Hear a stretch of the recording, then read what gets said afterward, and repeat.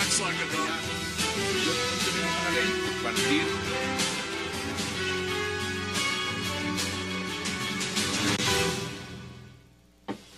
Bienvenidos a 360 grados, una visión global de la noticia, un espacio para debatir sobre todo lo que sucede en Colombia, en el mundo. Y hoy empezaremos 360 hablando de la controversia que ha creado la diplomática respuesta vía Twitter de la Casa de Nariño ante los señalamientos del presidente venezolano Nicolás Maduro al expresidente Álvaro Uribe, acusándolo de participar en un complot para asesinarlo. El presidente Juan Manuel Santos aseguró que la dignidad de los expresidentes no se debe defender sino por los canales diplomáticos y no a través de gritos. ¿Cómo defenderá el presidente Santos a Uribe de las acusaciones de Nicolás Maduro y qué tanto el polémico presidente venezolano tiene tanto poder sobre el gobierno Santos y su política exterior? Será nuestro primer tema de debate esta noche en 360. Y nuestro segundo tema será la tercera negativa de la justicia al pedido del exministro Andrés Felipe Arias al solicitar su libertad. Situación paradójica cuando se ve cómo los miembros del clan Nule, a pesar de sus condenas, reciben permisos para ir a primeras comuniones. Para el Tribunal Superior de Bogotá es viable una posible obstrucción de Andrés Felipe Arias a la justicia al influenciar a los testigos que tiene la Fiscalía. ¿Qué pasa con el caso Arias y qué precedentes se está marcando? Tema de debate esta noche en 360. Y también hoy tendremos una entrevista con Catalina Serrano, la esposa del exministro Andrés Felipe Arias, quien nos contará cómo anda este proceso y por qué razones no dejan a su esposo defenderse en libertad. No se muevan, que ya en segundos le damos la bienvenida a nuestros invitados. Porque ellos tienen planes para eliminarme físicamente. Esos planes los dirigen desde Miami y Estados Unidos Roger Noriega y Otto Reis. Y desde Bogotá, Álvaro Uribe Vélez. Uribe está detrás de un plan para asesinarme. Uribe es un asesino, Uribe. Yo ya tengo elementos suficientes de que él está conspirando. Y hay sectores de la derecha venezolana en comunicación. Esas son las declaraciones del presidente de Venezuela, Nicolás Maduro, y le doy la bienvenida de inmediato esta noche al abogado Jaime Granados, a Alejandro Arbeláez también, al congresista Guillermo Rivera y a María Alejandra Villamizar. Qué placer tenerlos esta noche y gracias por haber aceptado esta invitación. Gracias, Hassan, a ti. Gracias. Abogado, qué gusto. Y empiezo con usted porque de una u otra forma estas acusaciones que hace el presidente de Venezuela, Nicolás Maduro, es sobre un apoderado suyo, el expresidente Álvaro Uribe. Y usted ha contestado, usted ha dicho que va a acudir a la Comisión Interamericana de Derechos Humanos. Cuéntenos exactamente cuál es la respuesta que dan ustedes frente a esas acusaciones y cómo las consideran. Sí, gracias, Hassan. Un saludo a toda la audiencia. Pues, ¿cómo se defiende un expresidente cuando un jefe de Estado de una nación hermana que tiene las fuerzas militares y de seguridad a su servicio, que además hospeda en su territorio a los terroristas de la FARC, que lo está acusando de asesino? Asesino que está detrás de un plan para conspirar contra su vida e incluso que está detrás de la muerte de un periodista de Venezuela. No puede ser las vías de hecho, no puede ser tampoco seguir los insultos, simplemente recurrir a la institucionalidad que para eso existe, de los organismos internacionales de derechos humanos, en este caso la Comisión Interamericana de Derechos Humanos con sede en Washington, que tiene una figura jurídica que se llama las medidas cautelares y de las cuales pues vamos a recurrir. Mañana viajo a Washington con esa finalidad, y en Colombia a la aplicación de la ley penal extraterritorial como lo establece el Código Penal en el artículo 16, numeral quinto, mediante una petición especial al Procurador General de la Nación. Eso es la respuesta del presidente Álvaro Uribe a través de su defensa, que es una respuesta comedida, una respuesta de derecho, no es una respuesta política, sino estrictamente jurídica. Ustedes despiden ese comunicado el día de ayer y las decisiones, usted dice, viajaría mañana. El presidente Santos apenas hoy da una respuesta sobre el tema. ¿Usted cree que se ha demorado el gobierno colombiano en tomar cartas en el asunto? ¿Cómo lo percibe usted? Es muy claro que el gobierno actuó, fue como una reacción ante la opinión pública que le reclamaba. Para empezar, el señor expresidente Andrés Pastrana, en una carta generosa, patriótica, reclama el respeto a la dignidad de un expresidente. Él lo hace y el gobierno guarda silencio. En la ocasión pasada, cuando se trató de alguna manera de hacer señalamientos al que era ministro del gobierno del presidente Álvaro Uribe por parte de otra nación, en este caso Ecuador, el presidente Uribe no dudó un segundo en salir a respaldar al ministro Santos.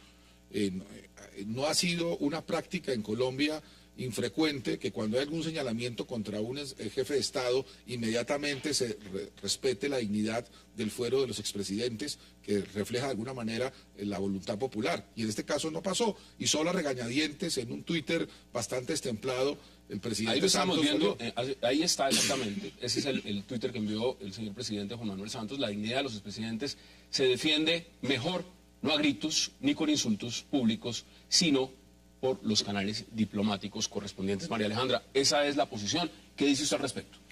Pues yo creo que definitivamente, y es absurda la declaración y la salida de Maduro. Yo creo que todos los colombianos sabemos que hay una puja política entre el proyecto bolivariano socialista de Venezuela y el presidente Uribe. Fue una constante durante su gobierno, tanto así que las relaciones estuvieron totalmente, si no rotas diplomáticamente, políticamente, evidentemente se hicieron política mutuamente. Creo que en su momento el presidente Chávez supo aprovechar de alguna manera el antagónico que tenía en la región, como era Álvaro Uribe, y también Álvaro Uribe en su gobierno de alguna manera capitalizó ese rechazo que había entre los colombianos por el presidente Chávez, con todo el tema de cobijar a la guerrilla y todo esto. Entonces yo creo que esto viene de alguna manera de dos escenarios que les convenían políticamente a los dos proyectos, y que hoy evidentemente las declaraciones de Maduro sobrepasan cualquier límite de ese enfrentamiento político. Ya acusarlo de asesino y hablarle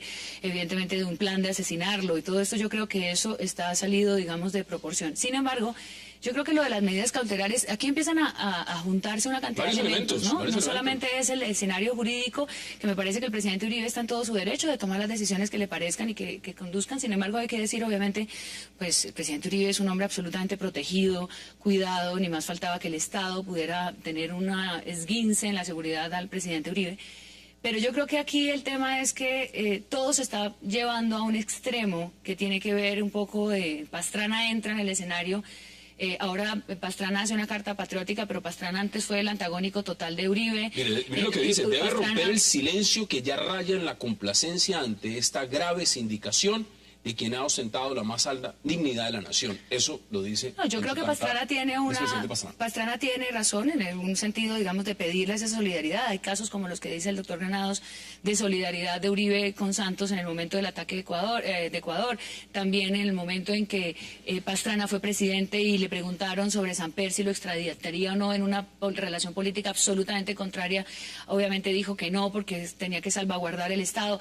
Pero Pastrana entra también a pelechar aquí un poco, y me perdona el término, pero en la cosa política debido a las relaciones internacionales. O sea, Pastrana está dedicado desde el tema de San Andrés también a pedir de alguna manera un espacio que no se sabe muy bien esperando qué, pues porque digamos se reencauchó, sí, pero uno dice, Uribe está pensando en un proyecto político todavía, el Centro Democrático es un proyecto que está comenzando, que está echando para adelante, que ellos quieren empujar, y de alguna manera, pero uno dice, bueno, Pastrana lo que no quería era que le echaran la culpa a él de lo de San Andrés, y a partir de ahí ha estado montado, y no estoy diciendo en esto que sea malo o bueno, estoy diciendo más o menos que el escenario es un escenario donde todos quieren capitalizar el cuento político. Y para terminar, Hassan, yo creo una cosa: Maduro no es el personaje, Maduro no es Chávez, eso lo sabemos todos. Entonces yo creo que es una medida también totalmente exagerada de él, hacer política en Venezuela con Chávez frente a la masa chavista es útil. Y yo creo que eso es lo que está pasando. Algunos críticos dicen que está tapando, eso es una cortina de humo. Ahora, ¿cómo lo ve el Centro Democrático? Y se lo pregunto directamente a usted, Alejandro, porque de una u otra manera usted representa esa parte. Y aquí están atacando directamente a la cabeza del Centro Democrático, que es Álvaro Uribe. ¿Cómo recibe usted, por ejemplo, el Twitter del señor presidente cuando dice, aquí vamos a defendernos es por canales diplomáticos, no van a insultos nada y gritos tampoco? ¿Qué tan bueno que después de por lo menos 3 días de esta controversia el gobierno se pronunció, así sea destempladamente, a través de un canal que no es el adecuado, como es un mensaje de Twitter? Este tema trasciende... El mensaje de Twitter lo utiliza el presidente de Uribe también de forma bastante común. Sí, pero aquí estamos hablando de un tema de marca mayor. Esto es una controversia que supera el tema Uribe-Maduro. Aquí estamos hablando del presidente de una república hermana agrediendo, insultando, tratando de asesino y de mafioso a un expresidente. Esto trasciende los apellidos. Ahora se cuestiona suspicazmente que por qué el presidente Pastrana envió una carta. Es que aquí la dignidad del Estado colombiano es la que está siendo atacada sin importar quién encarne esa dignidad como expresidente. Entonces, lo que uno esperaría por parte del gobierno colombiano, por parte del jefe del Estado, es que saliera a defender a una figura pública que ostentó la máxima magistratura de la nación, sin importar si el señor se llama Álvaro Uribe, Ernesto Samper, Andrés Pastrana, Belisario Betancur. Aquí es un insulto de un jefe de Estado a una persona que encarnó la máxima magistratura. Pero seamos claros, si esto hubiera sido no Álvaro Uribe, con quien tiene el presidente Santos una rivalidad en este momento muy fuerte, hubiera sido Samper, hubiera sido Gaviria, con los quienes está más o menos en afinidad. Hubiera pasado lo mismo. Claro, es que es un tema fundamental, es Hassan, que es Álvaro Uribe. ¿Sabe qué es lo preocupante de este tema? Que obviamente se politizó. Fíjese, la reacción del gobierno colombiano tiene que ser la misma sin importar si el agredido pertenece a un partido político, si pertenece a otro, si tiene un apellido o si tiene otro, porque es al Estado colombiano, a la ciudadanía colombiana, a quien se está insultando. Cuando se le dice asesino, cuando se le dice mafioso a un expresidente de la República, es toda la nación la que está siendo agredida. Por tanto, esa defensa del gobierno no tendría por qué tener cálculo político. Si es el señor Álvaro Uribe, lo defendemos de una manera; si es contra el señor Andrés Pastrana, lo defendemos de otra; si es contra el señor Ernesto Samper o Belisario Betancur, estoy hablando de los expresidentes vivos, o César Gaviria, lo defendemos de otra. Aquí se agredió a un expresidente de Colombia, se le tildó de asesino, se le tildó de mafioso, y el gobierno colombiano tiene que reaccionar con la contundencia que se requiere ante la gravedad de los hechos. ¿Qué dice usted al respecto, congresista? No, yo quisiera más bien hacer un ejercicio de recordación y reciente. Cuando Juan Manuel Santos fue elegido presidente de la República y Álvaro Uribe estaba todavía en el ejercicio de la presidencia de la República, Chávez insultaba todos los días a Uribe. Recurrentemente fue el peor momento de las relaciones bilaterales. Y el presidente electo de los colombianos no dijo nada públicamente. Se posesiona el 7 de agosto del 2010 y pocos días después se desarrolla la primera cumbre bilateral en la ciudad de Santa Marta.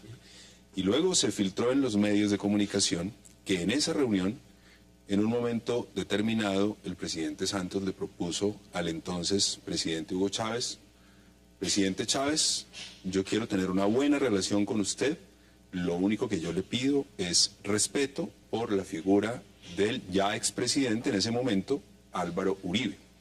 Es decir, lo que ha dicho hoy Juan Manuel Santos vía Twitter, que esos asuntos los va a resolver por la vía diplomática, es exactamente lo que él hizo en un momento aún peor que el actual. Es decir, Chávez llevaba 3 o 4 meses insultando a Álvaro Uribe.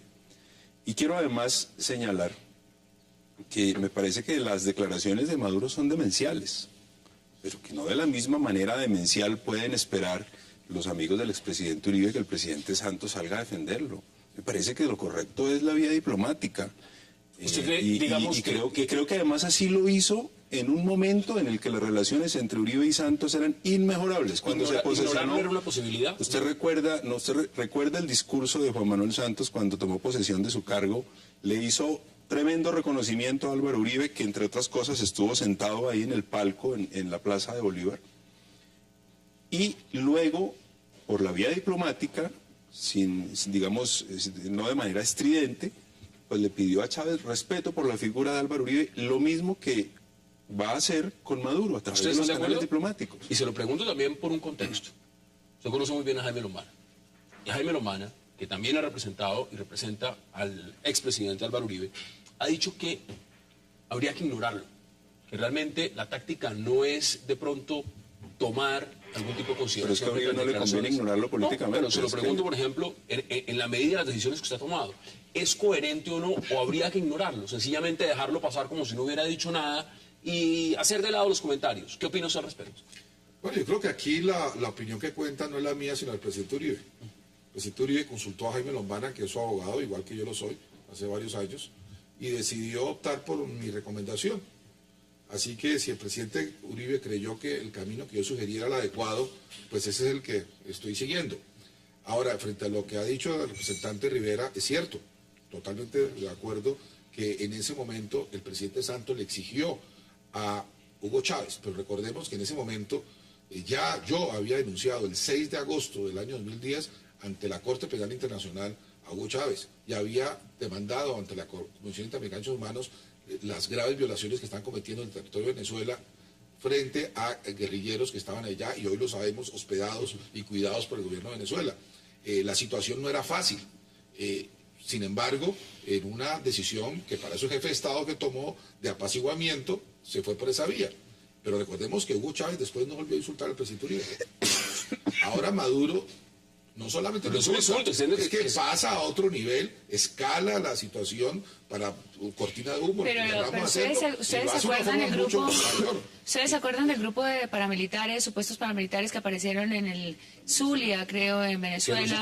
Que Chávez denunció en ese momento, y después de que el presidente Uribe le hubiera encomendado al presidente Chávez la mediación para las liberaciones de los secuestrados, estamos hablando del 2008, cuando eso se vino atrás, las relaciones llegaron a circunstancias que uno jamás se hubiera imaginado, como jamás nos hubiéramos imaginado miles de discursos de Chávez, y no solamente contra Colombia ni contra Uribe, sino en contra del mundo entero, digamos, contra los americanos, contra el presidente de Estados Unidos. O sea, también hay una cosa que hay que tener en cuenta, y esto no quiere decir en ningún caso, porque hay que hacer siempre las aclaraciones, porque la polarización es muy complicada, que se justifique lo que dijo, por supuesto, Maduro.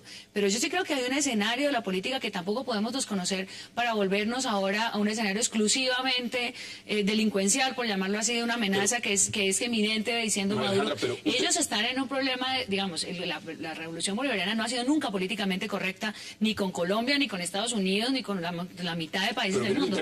Mírenlo internamente ahora, usted... no, porque en el momento que funciona, cuando se necesita, entonces se capitaliza y se vuelve serísimo. Pero cuando no, nos reíamos de Chávez. Usted ponía sobre la mesa extractos y mencionaba la carta del expresidente Andrés Pastrana. Quiero que veamos extractos de esa carta, unos pedazos.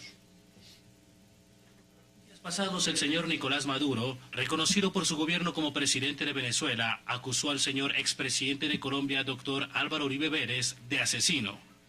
El señor presidente de la República, representante de la dignidad nacional, deponiendo rencillas personales y diferencias políticas, debe romper el silencio que ya raya en la complacencia ante esta grave sindicación a quien ha ostentado la más alta dignidad de la nación. De no pronunciarse el gobierno oportunamente, se corre además el riesgo de que el proceso de paz, construido sobre el aval del señor Maduro, quede como rehén en sus manos y Colombia expuesta a indignidades y agresiones como las que hoy admite el señor presidente. Ese último extracto es el que quiero rescatar de esa carta. ¿Qué dicen ustedes frente a lo que significa ese último extracto? Es que ¿Está rehén, digamos, en la contestación o lo que pueda decir o no la diplomacia colombiana frente a Venezuela y Nicolás Maduro debido al proceso de paz? No. Yo no creo eso, pero es que además, siguiendo con mi ejercicio de recordación, apenas posesionado Juan Manuel Santos, Andrés Pastrana dijo, los amigos de Uribe están yendo a la picota y mis amigos están llegando al gobierno.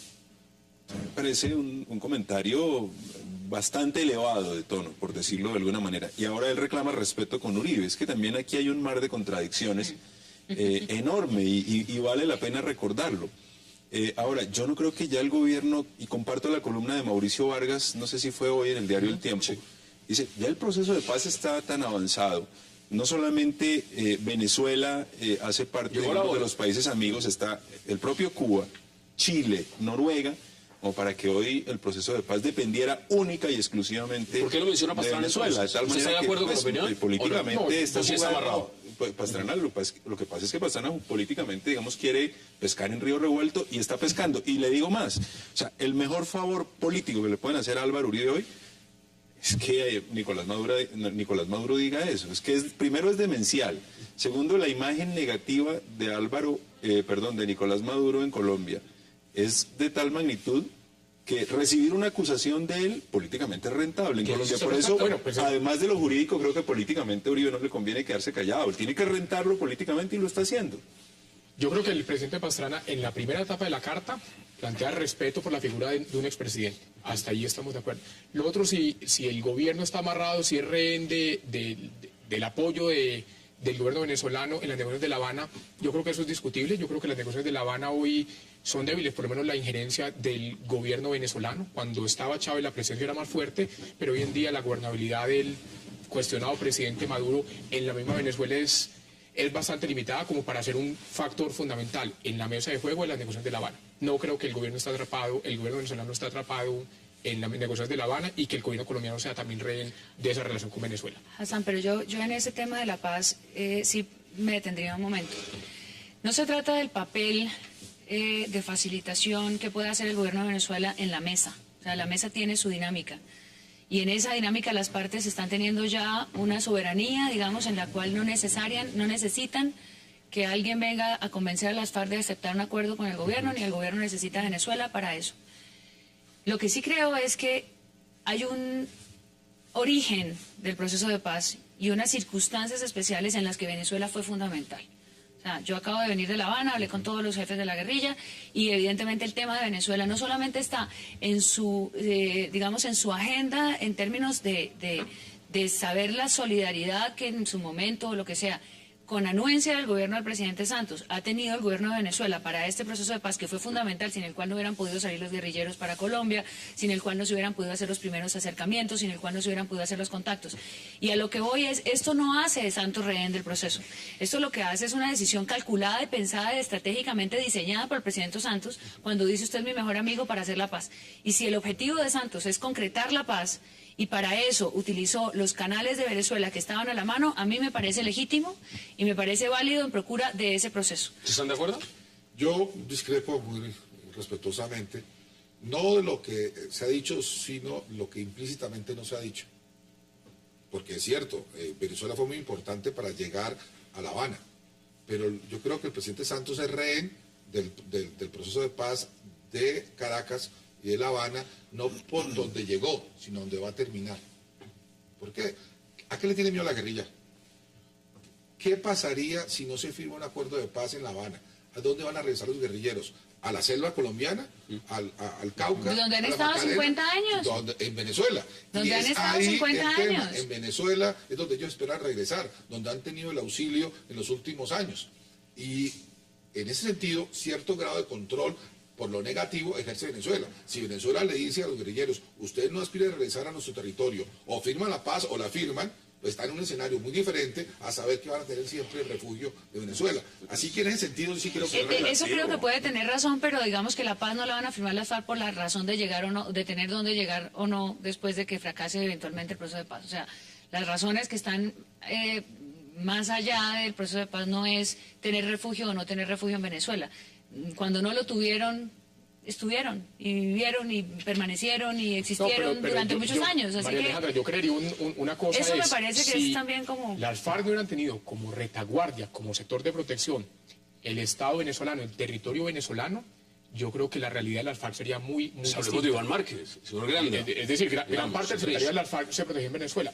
Mire, sí, pero las FARC siguen en el Chocó y también están en Antioquia y también están en la costa. Catatumbo acaba de salir del Valle del Cauca.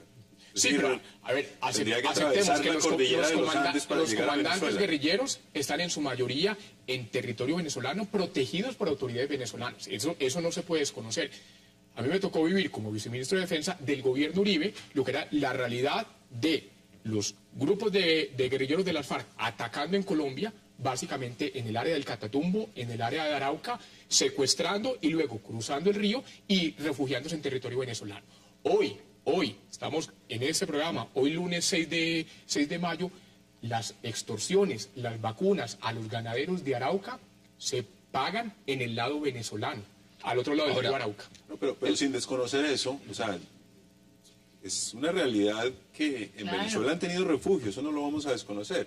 Pero lo que también es una realidad es que hay guerrilla en casi todo el territorio nacional, en lugares muy lejanos de Venezuela. Es decir, el hecho de que Venezuela le brinde protección a ciertos comandantes del secretariado de las FARC no significa ello que por ese hecho la guerrilla sobreviva. La guerrilla sobrevivió a 8 años de una política muy intensa de seguridad. Volvamos sobre los puntos del debate.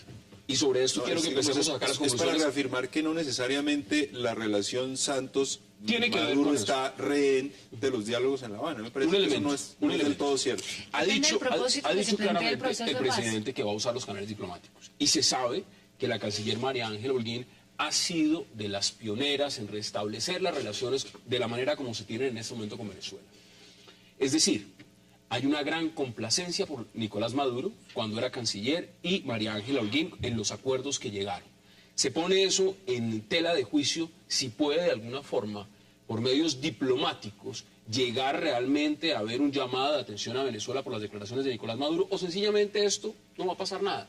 concluyamos sobre ese tema. ¿Qué cree usted que va a Pues pasar? no sé qué pasó en la reunión de hoy de la canciller con el embajador de Venezuela. Se dio esta tarde, no se sabía hasta hace un rato qué había pasado. Yo creo que evidentemente Santos está en un gran problema, está en una encrucijada de todas maneras política, tiene que hacer algo.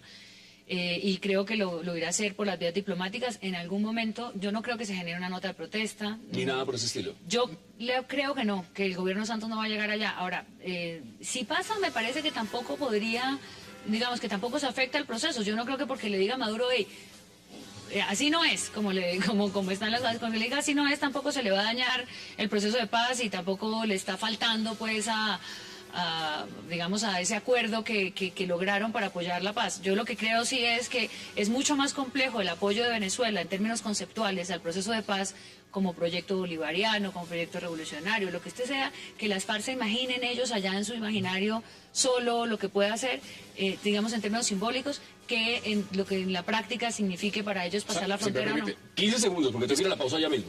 Yo no creo que el gobierno venezolano sea neutral en la mesa de La Habana. Un gobierno que ha prestado apoyo explícito a un grupo terrorista no puede ser un garante, un acompañante de un proceso de paz. Miren, vamos a la pausa en 360 y ya regresamos con nuestros invitados.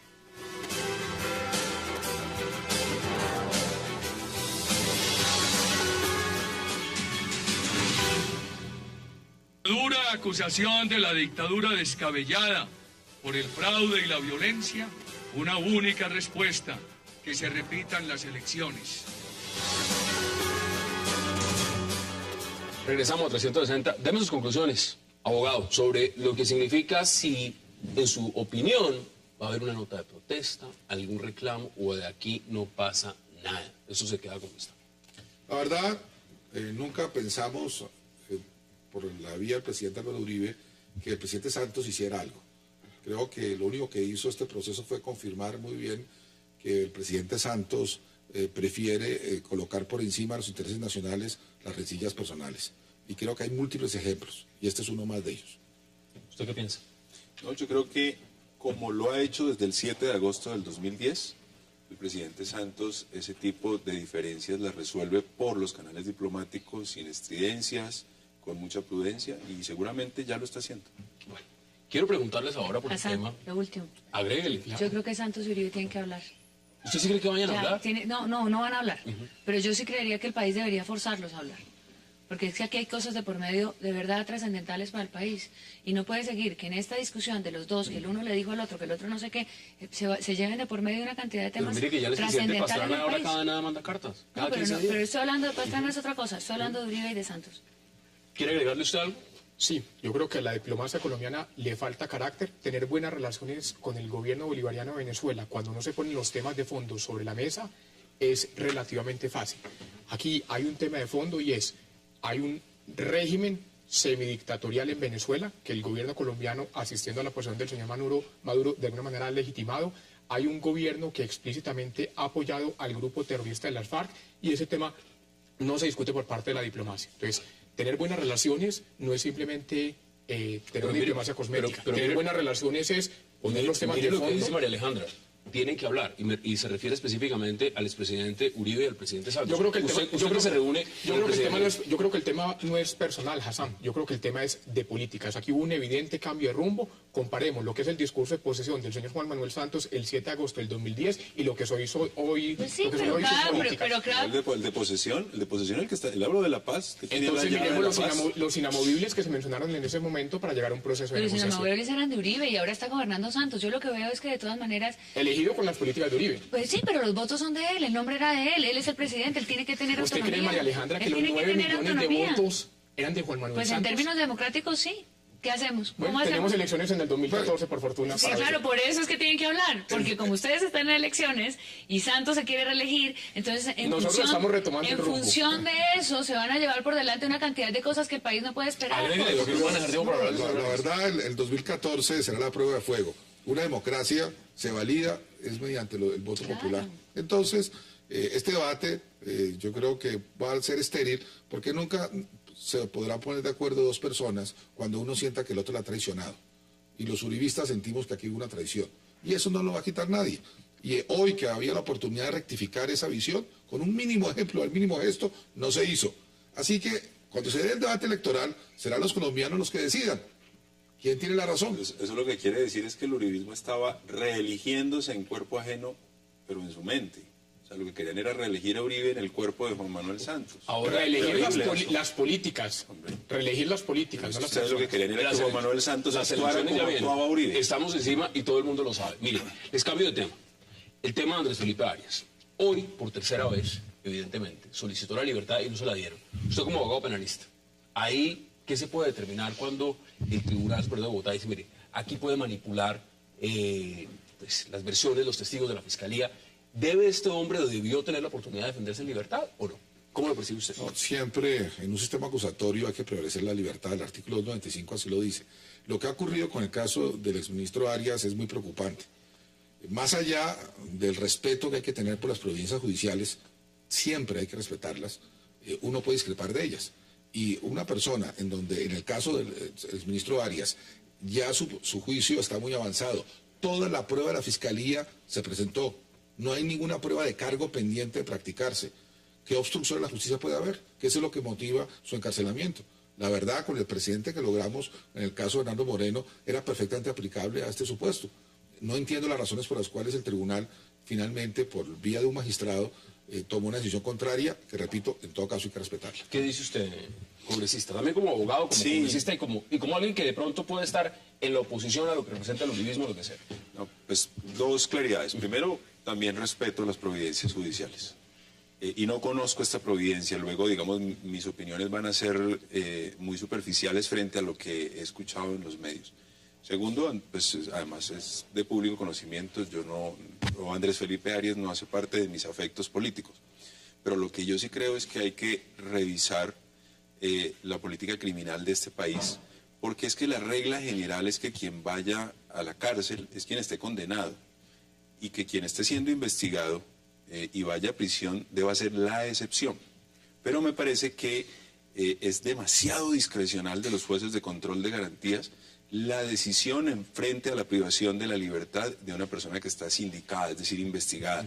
Y una de las cosas que yo he dicho a propósito de la discusión del Código Penitenciario es que deberíamos hacer un esfuerzo por reglar, es decir, de manera muy precisa o lo más preciso posible, definamos en qué momento una persona puede ser un peligro para la sociedad, en qué momento una persona realmente puede obstruir a la justicia, en qué momento hay razones para pensar que una persona no va a acudir a los llamados de la justicia, porque esa discrecionalidad tan amplia es muy riesgosa y puede dar lugar a arbitrariedades. Así que creo que ese es un problema que hay que resolver en la política ¿Qué dice criminal. usted, María Alejandra?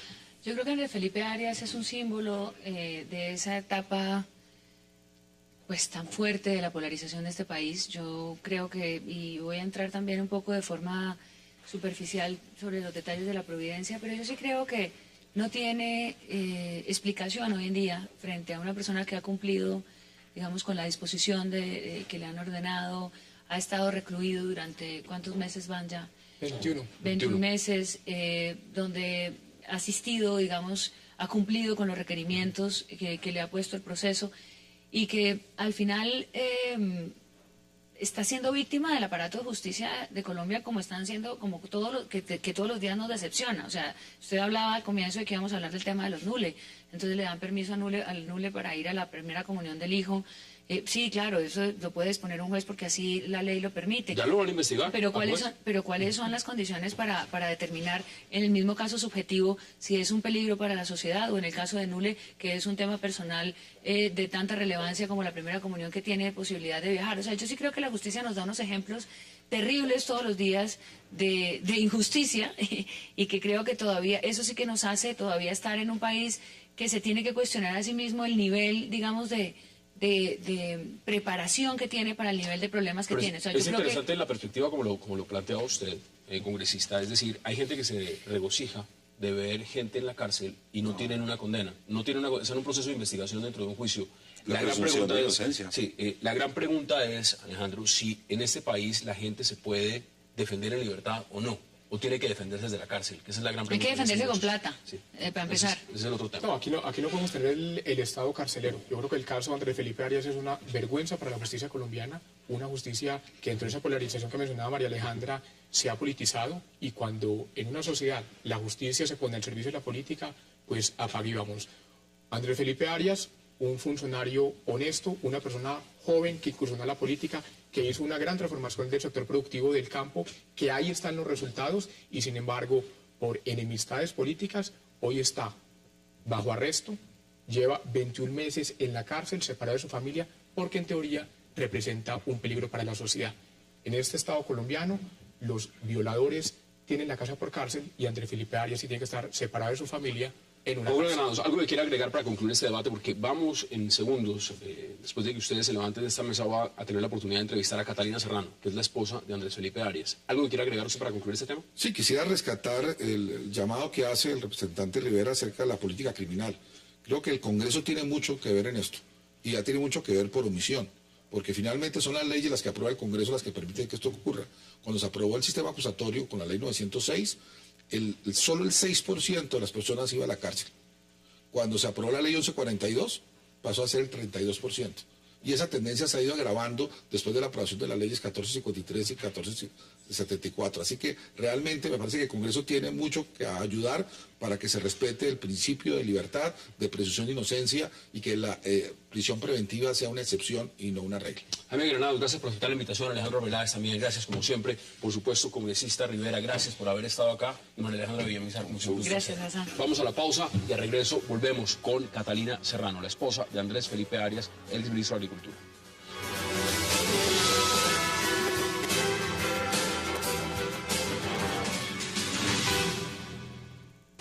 ¿En dónde quieren que busque los testigos? ¿En el Ministerio de Minas? ¿En el Ministerio de Agricultura de otro país? No me dejan ni siquiera hablar. Yo he pedido que me dejen defender en libertad. De mí se tiene que presumir la inocencia.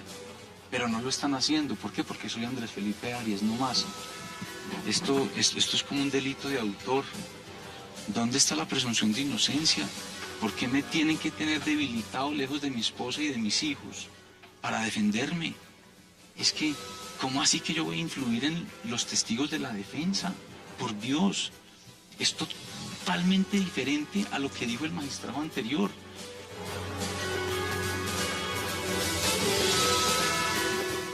Regresamos a 360, esas eran las declaraciones del exministro de Agricultura, Andrés Felipe Arias, y aquí está conmigo en el set de 360 Catalina Serrano, su esposa Catalina. Gracias por aceptar la invitación. Gracias a ti, Hassan, por esta oportunidad. Sabemos que es un momento muy difícil, evidentemente, y son muchas las veces que he tratado de entrevistar a su esposo, evidentemente por trámites ante la Corte Suprema y demás ha sido imposible, pero usted está acá. Desde el 26 de julio del 2011 está con medida de aseguramiento. ¿Cómo ha sido este proceso y cómo lo vio usted cuando todavía le dicen después de 3 solicitudes que no lo dejan salir? Hassan, mira, son 2 años ya casi los que Andrés lleva privado de la libertad, preventivamente, porque hasta el momento a Andrés no se le ha demostrado culpabilidad alguna en este proceso.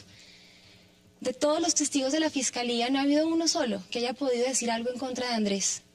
Los magistrados de la Sala Penal de la Corte han sido testigos de que cada vez que hay un testigo en la Corte, se derrumba cada vez más el castillo de naipes que la Fiscalía pretendió montar. La tesis de la Fiscalía se le derrumba. Y yo estoy segura que posiblemente esto sale bien al final. Pero ¿qué va a pasar? Si seguimos, tiempo? Exactamente, seguimos pidiendo libertad, posiblemente pasen 2 años más, que es lo que queda de juicio, porque desafortunadamente no tenemos el tiempo, la Corte no nos da las audiencias que necesitamos. ¿Y quién nos devuelve a nosotros esos 4 años después? Andrés se ha perdido al lado de sus hijos los 4 años más importantes para la educación y el crecimiento de un chiquito. ¿Quién nos devuelve eso? Andrés va a salir inocente. ¿Qué dice usted frente a la gente, porque son varios también, que dicen, ojalá se quede preso, y tiene que estar preso, y que se quede preso? No importa que no tenga una condena encima, sencillamente este es un estado carcelero y aquí hay que defenderse en la cárcel, que se quede preso. De acuerdo. ¿Qué dice uno en ese sentido? Pues mira, si algo hemos aprendido nosotros en este tiempo es a no juzgar, si algo hemos aprendido de esta experiencia, y yo creo que al final aquellos que critican o que quieren que mi esposo se mantenga recluido en la escuela militar, pues simplemente repiten lo que oyen, simplemente es a la única información a la que tienen acceso, es a la información que durante ya 4 años, porque desde que esto estalló, esto fue hace mucho tiempo atrás, los medios dedicaron espacios completos a acabar con mi esposo, con la vida de él, con su honra, con su dignidad, con el trabajo que él hizo impecable en el ministerio.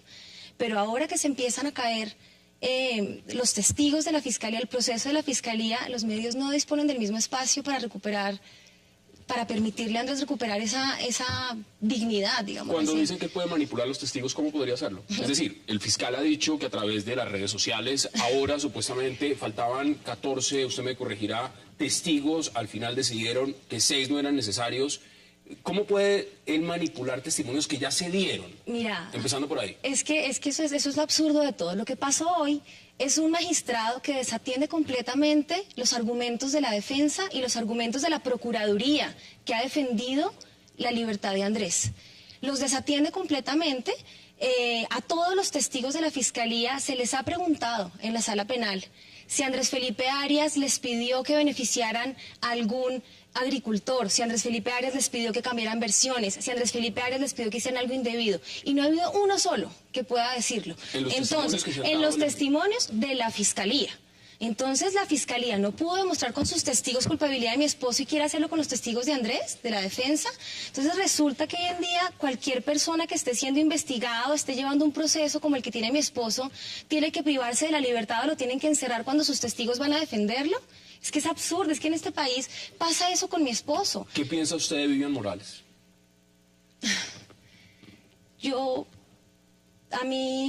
Vivian politizó completamente el tema. Vivian ha debido declararse impedida en este proceso. Vivian es la esposa de la persona a quien el abogado de mi esposo envió a la cárcel, por obvias razones. Vivian declaró muchísimas veces como periodista en Caracol Radio, se pronunció con relación al caso de mi esposo y aún así, cuando fue fiscal, no tuvo la valentía de declararse impedida y sin embargo para ella el trofeo mayor fue mi esposo. Cuando se retiró, salió diciéndole cumplí al país y espero que se haga justicia en el caso de Andrés Felipe Arias. Es que se haga justicia no necesariamente es condenar, que se haga justicia también es absolver. En este caso puntual, nadie puede desconocer de que si llega a ser encontrado culpable, pues tendrá que pagar cárcel.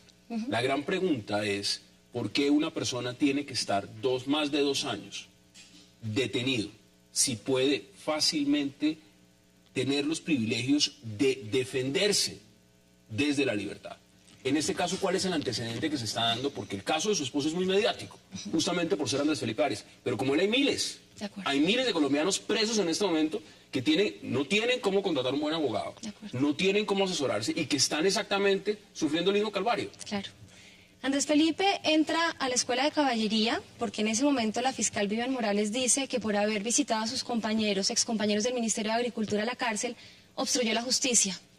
Esos testigos ya declararon ante el proceso, ante la sala penal de la Corte Suprema, y todos dijeron que nunca recibieron de Andrés una orden que les pidiera que modificara sus testimonios. Adicionalmente, hay certificaciones bajo notaría, donde los testigos dicen nunca haber recibido órdenes de Andrés. Entonces él entra por una posibilidad de obstruir la justicia. Se desvirtúa completamente esa posibilidad cuando los testigos en la sala penal dicen que Andrés nunca les pidió que cambiaran versiones, pedimos libertad, no la niegan diciendo que faltan 14 testigos más de la Fiscalía, que no fueron 14 sino fueron 6. ¿Desestimaron 6 al final? Desestimaron 6 al final por las razones que en este momento creo que la Fiscalía tenía el temor de que Andrés pudiera pedir libertad en este momento y estaba de alguna manera buscando la manera de armar el plan para que no se la dieran ahora, porque justo esos que desestimó ayer los llamó coimputados. Entonces, la verdad, yo creo que todo esto ha sido una estrategia de la Fiscalía para no permitir la salida de mi esposo. ¿Cómo ve usted, digamos, al señor Manuel Nule, que se robó Bogotá con sus hermanos, y le dan permiso para irse a una primera comunión paga por los contribuyentes que somos todos nosotros? Y a su esposo no le dan ni siquiera el privilegio de estar con usted y con sus hijos. ¿De cuántos años tienen sus hijos? Eloísa tiene 5 años, Juan Pedro cumple 2 años. Para poderse defender con un abogado. ¿Esa es la justicia en Colombia? ¿O por lo menos eso es lo que estamos viendo? ¿Es eso coherente? Pues Hassan, yo frente a ese proceso de los Nule no me puedo pronunciar, ni soy quien para juzgarlo. Yo lo único que te puedo decir es que mi esposo, en los 21 meses que ya abrió la libertad, nunca en su vida ha pedido un permiso para salir. Nunca en su vida ha puesto por encima de este proceso ni siquiera las entrevistas que yo tuve que hacer para mi hija en el colegio.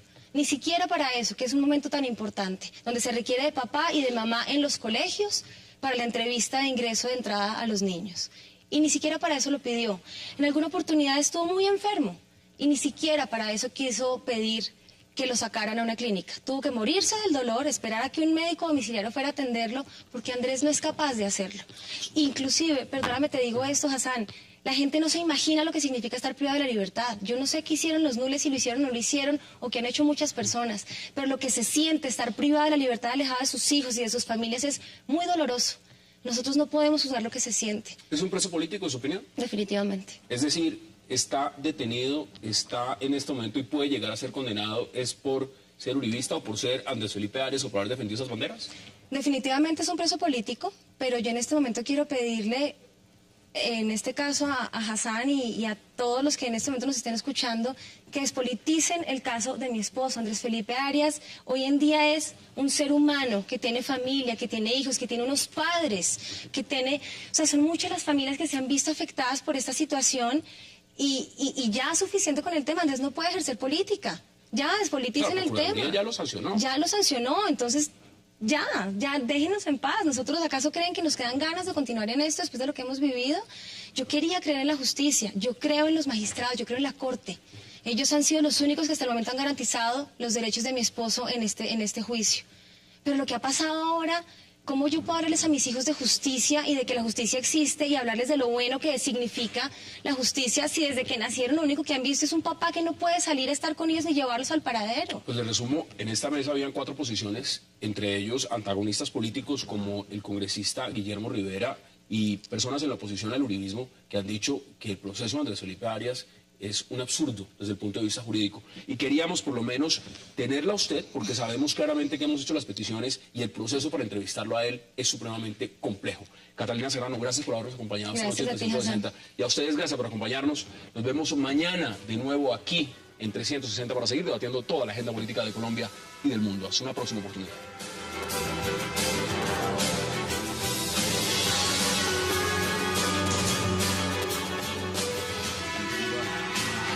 Tenemos una ley que partir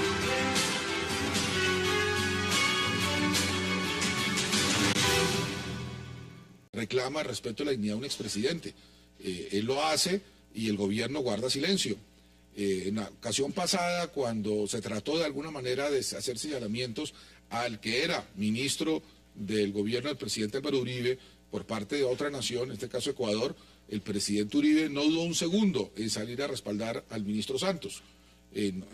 No ha sido una práctica en Colombia infrecuente que cuando hay algún señalamiento contra un jefe de Estado, inmediatamente se respete la dignidad del fuero de los expresidentes, que refleja de alguna manera la voluntad popular. Y en este caso no pasó, y solo a regañadientes en un Twitter bastante destemplado, el presidente ahí lo estamos Santos viendo, ahí está exactamente, ese es el Twitter que envió el señor presidente Juan Manuel Santos. La dignidad de los expresidentes se defiende mejor, no a gritos ni con insultos públicos, sino por los canales diplomáticos correspondientes. María Alejandra, esa es la posición. ¿Qué dice usted al respecto? Pues yo creo que definitivamente, y es absurda la declaración y la salida de Maduro, yo creo que... Él está conspirando. Y hay sectores de la derecha venezolana en comunicación. Esas son las declaraciones del presidente de Venezuela, Nicolás Maduro, y le doy la bienvenida de inmediato esta noche al abogado Jaime Granados, a Alejandro Arbeláez también, al congresista Guillermo Rivera y a María Alejandra Villamizar. Qué placer tenerlos esta noche y gracias por haber aceptado esta invitación. Gracias, Hassan, a ti. Gracias. Abogado, qué gusto. Y empiezo con usted porque de una u otra forma estas acusaciones que hace el presidente de Venezuela, Nicolás Maduro, es sobre un apoderado suyo, el expresidente Álvaro Uribe. Y usted ha contestado, usted ha dicho que va a acudir a la Comisión Interamericana de Derechos Humanos. Cuéntenos exactamente cuál es la respuesta que dan ustedes frente a esas acusaciones y cómo las consideran. Sí, gracias, Hassan. Un saludo a toda la audiencia. Pues, ¿cómo se defiende un expresidente cuando un jefe de Estado de una nación hermana que tiene las fuerzas militares y de seguridad a su servicio, que además hospeda su territorio a los terroristas de la FARC, que lo está acusando de asesino que está detrás de un plan para conspirar contra su vida e incluso que está detrás de la muerte de un periodista de Venezuela? No puede ser las vías de hecho, no puede ser tampoco seguir los insultos, simplemente recurrir a la institucionalidad que para eso existe, de los organismos internacionales de derechos humanos, en este caso la Comisión Interamericana de Derechos Humanos con sede en Washington, que tiene una figura jurídica que se llama las medidas cautelares y de las cuales pues vamos a recurrir Mañana viajo a Washington con esa finalidad. Y en Colombia, a la aplicación de la ley penal extraterritorial, como lo establece el Código Penal en el artículo 16, numeral 5, mediante una petición especial al Procurador General de la Nación. Eso es la respuesta del presidente Álvaro Uribe a través de su defensa, que es una respuesta comedida, una respuesta de derecho, no es una respuesta política, sino estrictamente jurídica. Ustedes despiden ese comunicado el día de ayer y las decisiones, usted dice, viajaría mañana. El presidente Santos apenas hoy da una respuesta sobre el tema. ¿Usted cree que se ha demorado el gobierno colombiano en tomar cartas en el asunto? ¿Cómo lo percibe usted? Es muy claro que el gobierno actuó, fue como una reacción ante la opinión pública que le reclamaba. Para empezar, el señor expresidente Andrés Pastrana, en una carta generosa, patriótica, Una ley partir.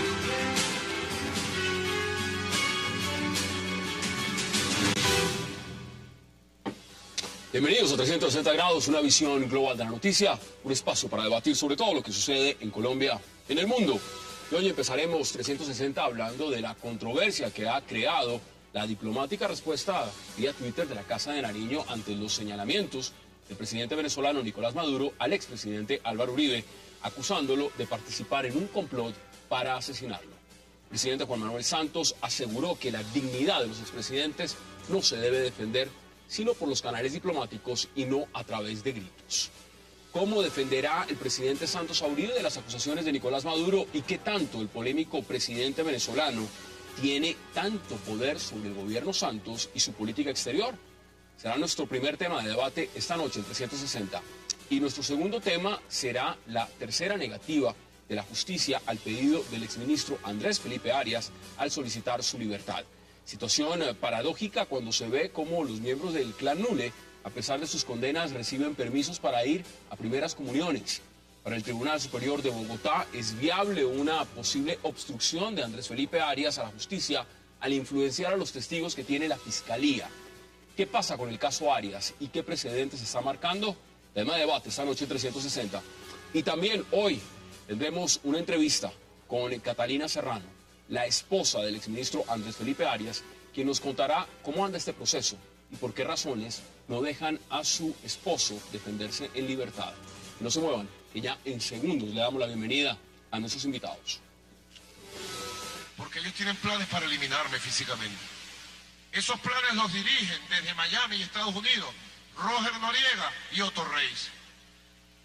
Y desde Bogotá, Álvaro Uribe Vélez. Uribe está detrás de un plan para asesinarme. Uribe es un asesino, Uribe. Yo ya tengo elementos suficientes